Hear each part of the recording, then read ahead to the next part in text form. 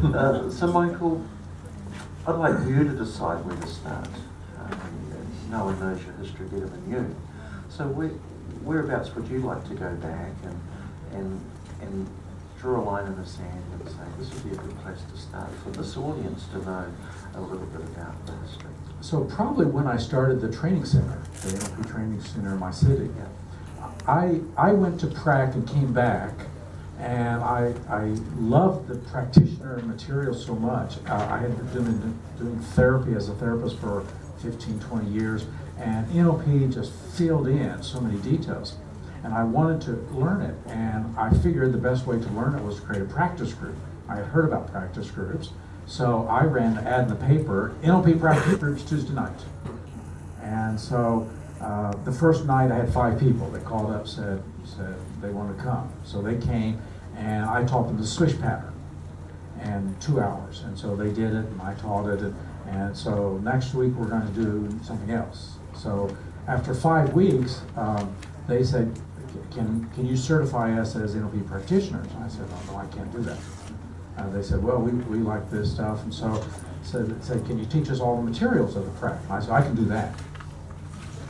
So I started designing the 40 weeks, the 10 week sections, and said, well, I'm going to charge $5 a time. Right. So people had to pay $5 for 2 hours. Wow. 5 people. And then it grew to 20, then it grew to 35, just within about 12 weeks. So I started teaching prac, and they were all saying, can we be certified? I said, no, you can't. So the next summer, I took off to go do my 24 days of master prac. And so when I came back, some of them wanted to do master prac. I said, well, we've got to get some people. So we started the Saturday morning. And by the second year, I started Thursday nights. And they kept saying, can you certify us? I said, no, I can't certify you, but maybe one of these years. So I taught that whole year through the master prac and 2 more pracs, went back the next summer and did my 24 days trainers, and came back and I said, I can certify you now. Right. So I brought in all the ones who'd been through before and gave them certificates. So during my trainers, Richard Bangler challenged us to do a modeling project. So that was 1990, and I decided to take on resilience. I tried a few other things, and that didn't work, so I took on resilience and spent the next 3 years working on resilience. And 1994 is when I wrote up a paper for the Denver conference, September. And my subject was, go for it again after you get knocked down. And it was in that conference, when I was delivering it, that suddenly the idea of metastates came up. And so by the end of that week, I'd written a 40-page document on metastates. And that's when I submitted it to Wyatt and the contest. So that just started everything with the study of resilience and launching it. And it was just because of really wanting to model one thing. How do people who get knocked down get up again? And so out of that came lots of things, and that eventually launched Neuro-Semantics. Okay, so we've got the earlier start there of the metastates model, and then you presented that, and of course then it grew quite substantially. The ISNS, what's that about? Well, so that was 1996. So 2 years later, I met Bob in 94, 95, and we started doing some works together. Then when the lawsuit came, we knew we had to have Plan B, contingency, if NLP was taken away. And so we started the society. And so I've talked about how people wanted to join, and then we were trying to figure out.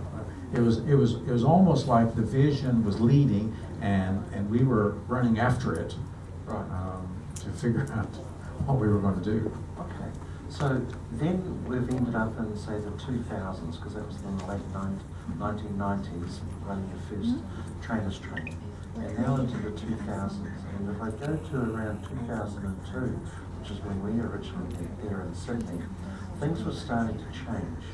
there was an emphasis moving towards coaching, and there was the development of the matrix model, and the axis of change started to come through. So tell us a little bit about those days, with the finding of the matrix model, the formation of the axis of change, and the progression from O2. So it was the year 2000 that I decided to start looking at the field of coaching, because it was exploding. I didn't understand it. So I started studying it, and then Karen Corbin asked me to deliver coaching. So I did what I always do. I spent a year and a half studying it, and then interviewing several coaches to model them so that we could start to build the meta-coaching system. Right. And so then that was launched November of 2002 in Sydney. And trainers training, and how that's grown over the years since then as well?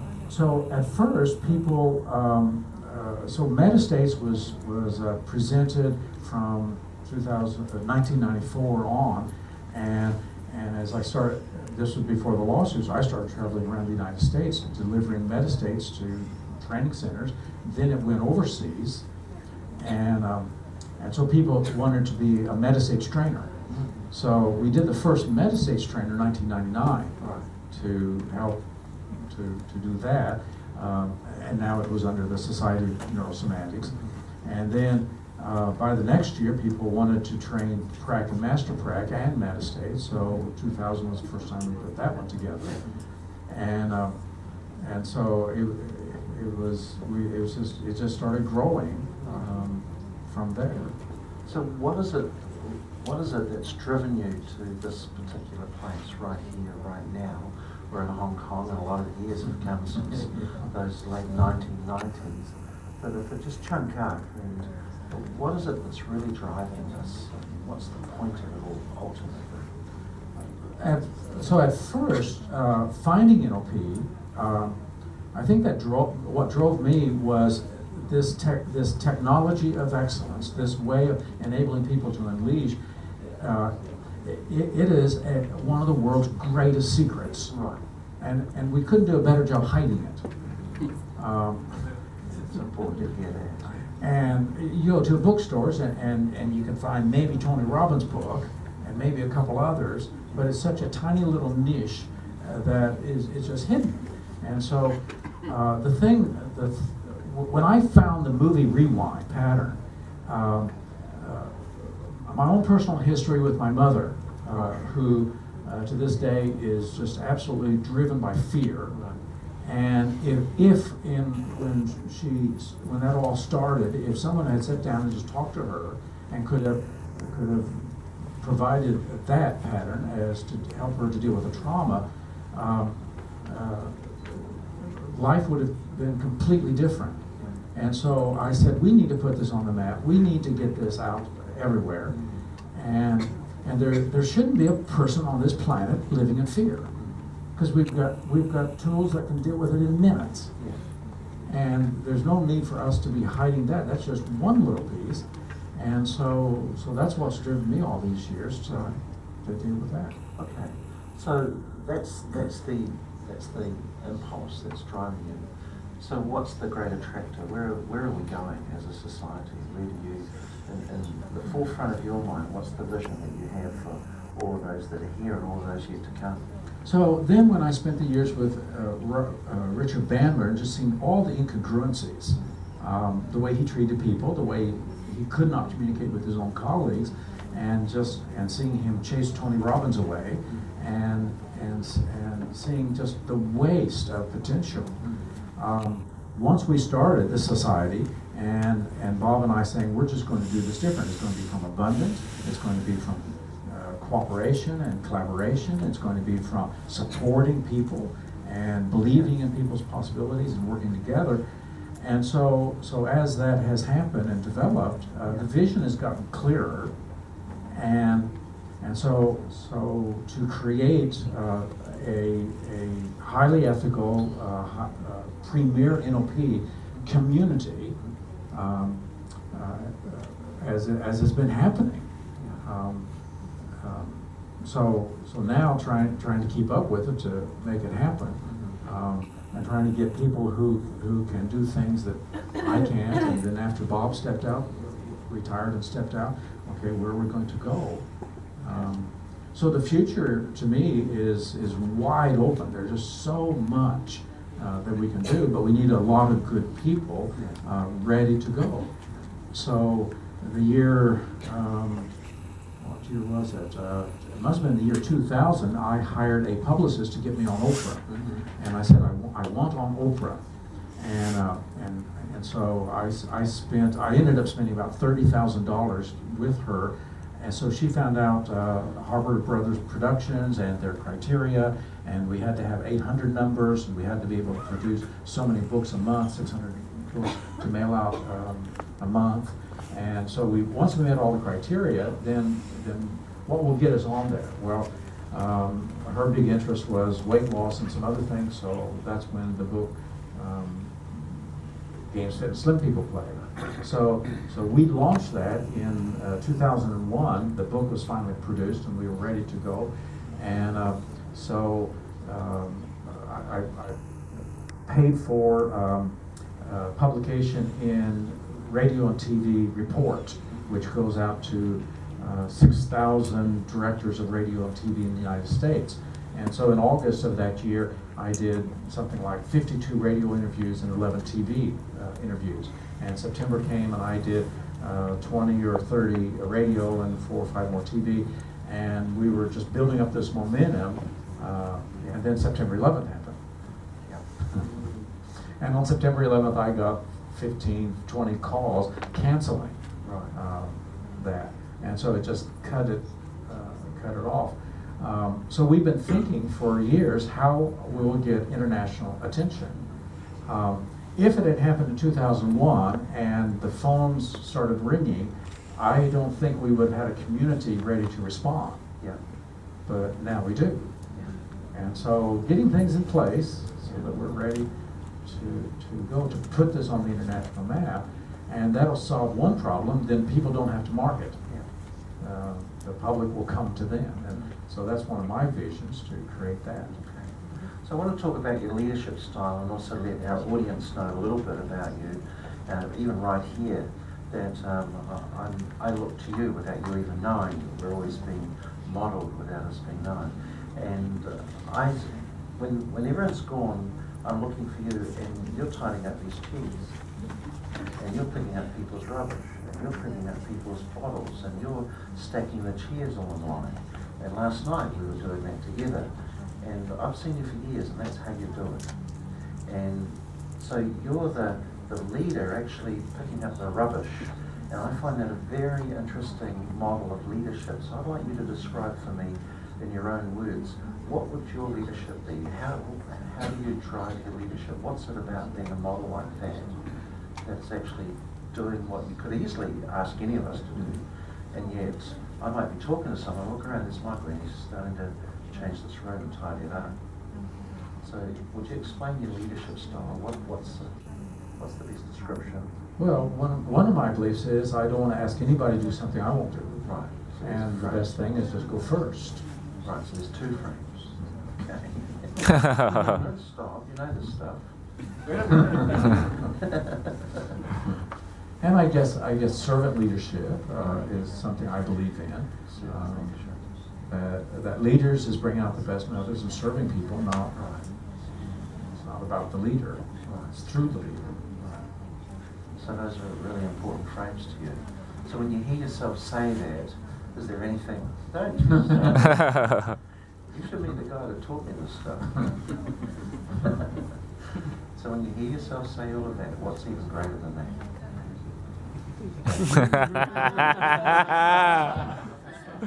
Don't even think you're getting away from it. Giving it back to the master. I want to know what's greater than that, because you started talking about servant leadership. You started saying that you wouldn't do anything that you wouldn't get someone else to do.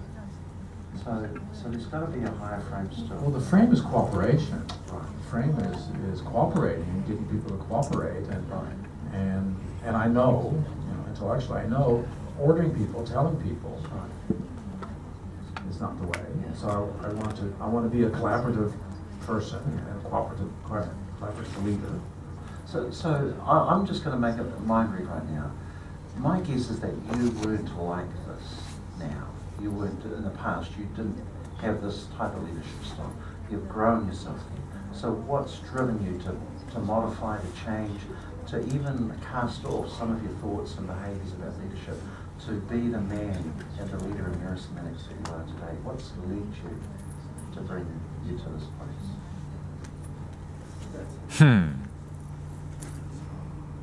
Just take your time and think about that, because there's something that's led you to be the leader you are today, to change yourself to be that man today. So there's been an away from seeing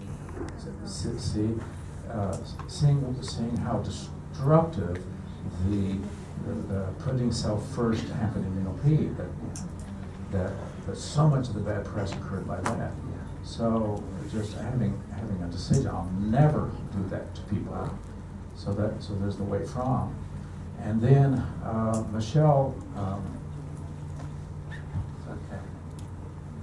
So Michelle did an interview with me, I don't know, 2000, 2001, and started asking about leadership, and I said, well, I'm not.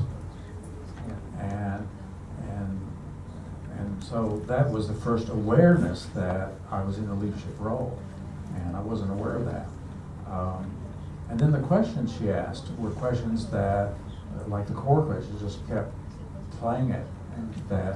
And then she did some accountability kind of questions and things that that I'm selling myself short, and I've got to face up and take some responsibility. And she asked questions about, if something happened to you now, where would things be? And I realized I had done the very thing that I hated in others, that I had not been grooming other people. And that was the decision, that was the time I made that decision. That that's what I was going to do. I was going to groom people. I was going to look for people who could carry it on. Look for people with much greater skills. Look for people who had excellences in things I couldn't even dare imagine doing, to pull them together. And that began really the search for the leadership team. That if what we're doing is important and people are wanting to be a part of it, we've got to start taking responsibility to make that happen, and to stop being just my own stuff. I think you've been doing a great job, by the way.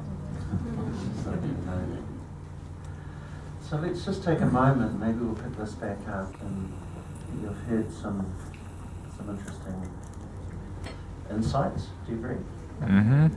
So what questions do you have for Michael? You got anything yet?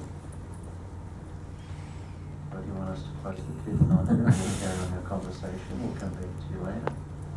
So if you've got so Rodrigo, just take a few now, and then I've got some other areas I'd like us to go to. Michael, how do you know that the world can be operated from abundance and collaboration? No, I don't know, but I believe it. What do you believe about that? Well, I believe it can. I believe that's possible. I believe that we've seen great leaders, from Nelson Mandela to other people, who have shown us, to Gandhi to other people, political leaders, as well as other leaders who pull people together and make wonderful things happen.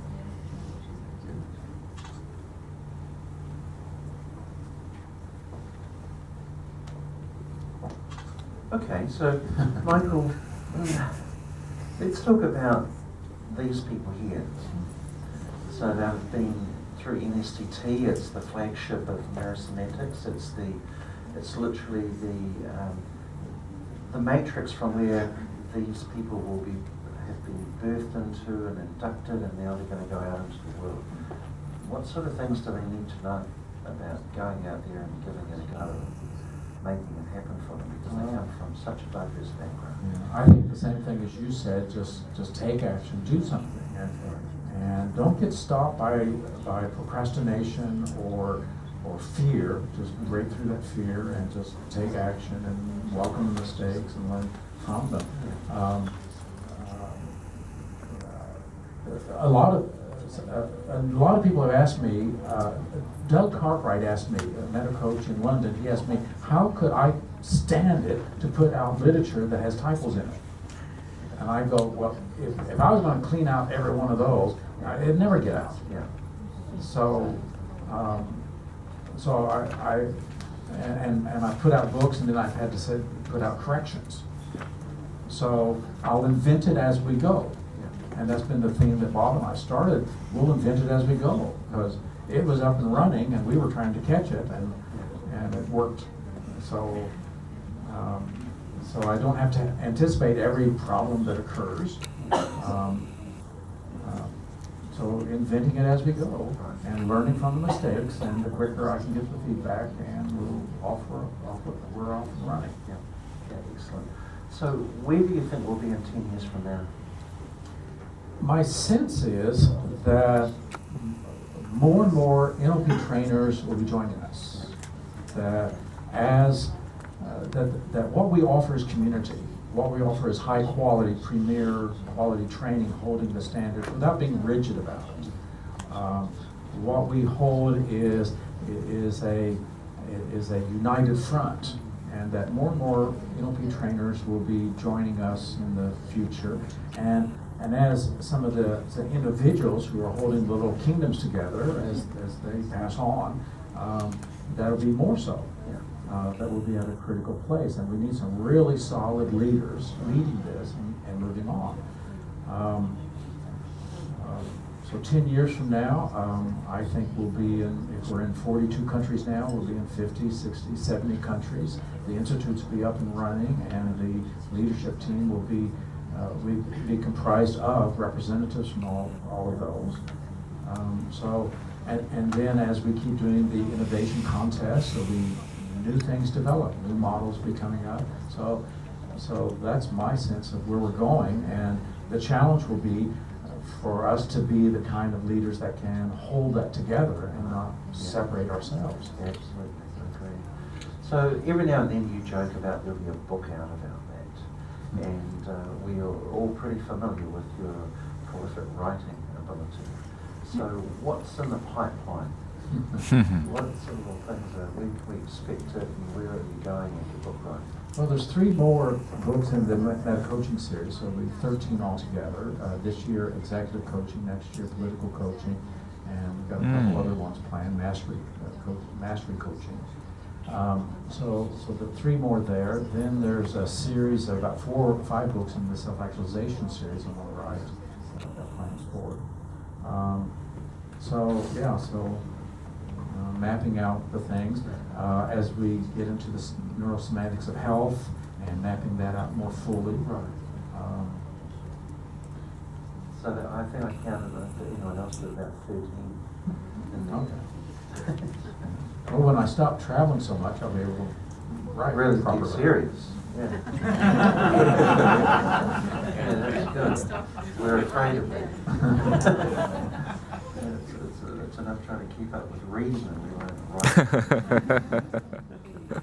The other thing is helping people in neurosemantics to write. One of the things that'll put neurosemantics on the map is more neurosemanticists writing.